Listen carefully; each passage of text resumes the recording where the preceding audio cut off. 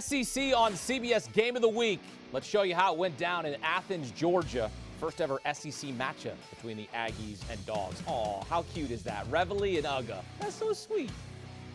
Kellen Mond 4-0 in his past 4 games. 10 touchdown passes to 2 interceptions in those games.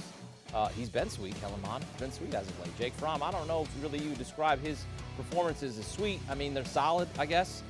Early second, Tyler Simmons, back shoulder, gain of 27. Next play, back shoulder, Kyrus Jackson. Again, I mean, 2 of his best passes, especially in the first half. 3 plays later, 3rd and 11. Let's convert. Heck, let's get a touchdown. Young Fromm to George Pickens. It's growing up. The first half for Jake Fromm and Georgia's offense was about 3 plays. It was putrid. The 3 plays we just showed you. Fromm was 1 for 8 going into that drive. 3 for 4, 65 yards in the touchdown drive. 13-3 at halftime. Georgia covers the first half spread. Early 4th, Aggies down 19-6, 3rd and 10. Mond to Jalen Weidermeyer. First down, Aggies. He's a real good player. Late in the drive. 3rd and 15. To Courtney Davis with a Q because he's quality and he makes quality catches. 21 yards and a first down. 4 plays later, Mond to Jamon Osborne. Finish the drill. Fighting his way in for the touchdown. And it's a 6-point game, 19-13. Mond 6 of 10, 80 yards in the drive. All 10 passing plays on the scoring drive. Following a Georgia punt, Aggies get the ball back. 3rd and 11, Mond to Weidermeyer, incomplete. And that looked like a pass interference. I could easily see a flag. I wouldn't have been mad if he threw a flag. I'm a defensive-minded guy. Yeah, Jimbo not pleased with that. So later in the 4th, less than 3 minutes to play, DeAndre Swift right through the Aggies blitz. He's yelling at Fromm here. What are they arguing about? What's he yelling at Fromm for? It was a design run. I don't know if Fromm had an option of keeping it. Oh, it showed a little passion. A few plays later, Swift ices it. The closer. Texas A&M never got the ball back after that no pass interference call. UGA wins 19-13, but if you wagered on the Aggies, well, you won because it was Texas A&M plus 12. Got it a little bit higher earlier in the week.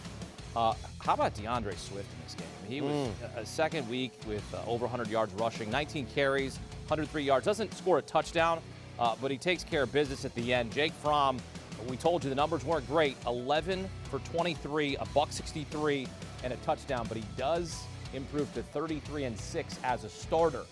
Georgia gets the win, improving to 10-1. Jamie Erdahl after the game with head coach Kirby Smart and the Dogs.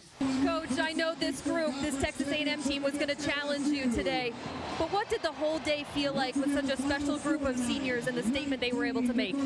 Well, for this group, it's the way they should go out. Look at this crowd, man. Look at these lights. It's an unbelievable atmosphere, and it's creative because of guys like this that care about this university, that give back every day. He goes on the field and gives it all he's got. He's a hell of a leader. Congratulations, Coach. I'll speak with JR now. How did this day feel for you? A win over Texas A&M? It feels amazing, you know, get a win no matter who it is, senior day. I'm really proud, and just to be out here one last time. How about them lights? How about them lights? I mean, everybody comes here. How about them lights? Trying to recruit. I mean, good. Recruiting. Hey, we were there. We saw those lights. They're pretty nice. nifty. Yeah, nice LEDs. They're pretty nifty. This is pretty nifty. The under is 6-0 in Georgia's past 6 games. Not surprised. We were also touting that on the pregame show as well. Again, Texas A&M plus 12.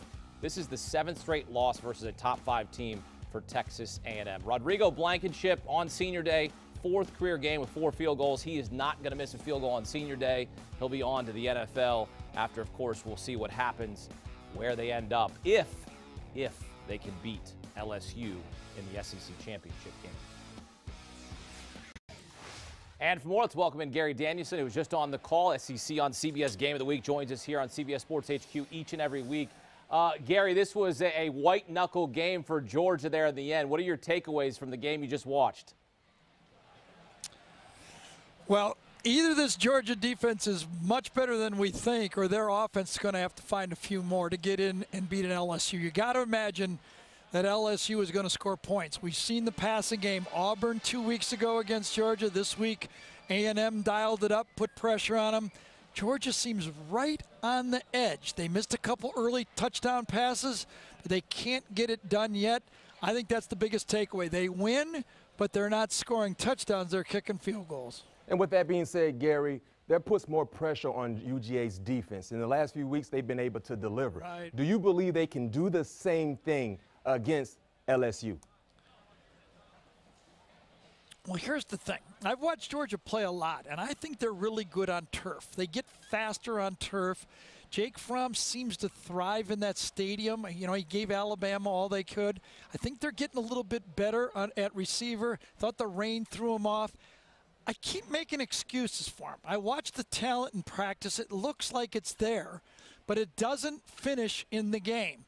I think they got to be better to beat the LSUs, the Clemson. You know, and again, the point I made at the end of the game, I mean, we're being critical. We get it, okay? But we're being critical because that's what Georgia wants to be measured as. They want to be measured against the top of the food chain. They don't want to just talk about SEC East. They want to know if they can beat Alabama, LSU, Clemson. And right now, they need more offense because it's not their defense will crack. It's too much to ask of them. So do you think they are one of the best 4 teams in the country right now? Oh, yeah. Oh, yeah. And I think they deserve it. What, you know, I remember long ago that Ohio State team kind of in 2006, was it? You know, they kind of rolled into it, and that Florida team kind of just played defense, and they finally got in there, and they played and beat that Ohio State team. You got to respect what their record is. If they win the SEC East, they finish it off, and they beat LSU, doesn't matter what we think of it, they're in the playoffs. Georgia plays Georgia Tech next week to finish out the regular season. We'll see you at the Iron Bowl, Alabama and Auburn. Looking forward to that one next week. Gary, appreciate the time here on HQ.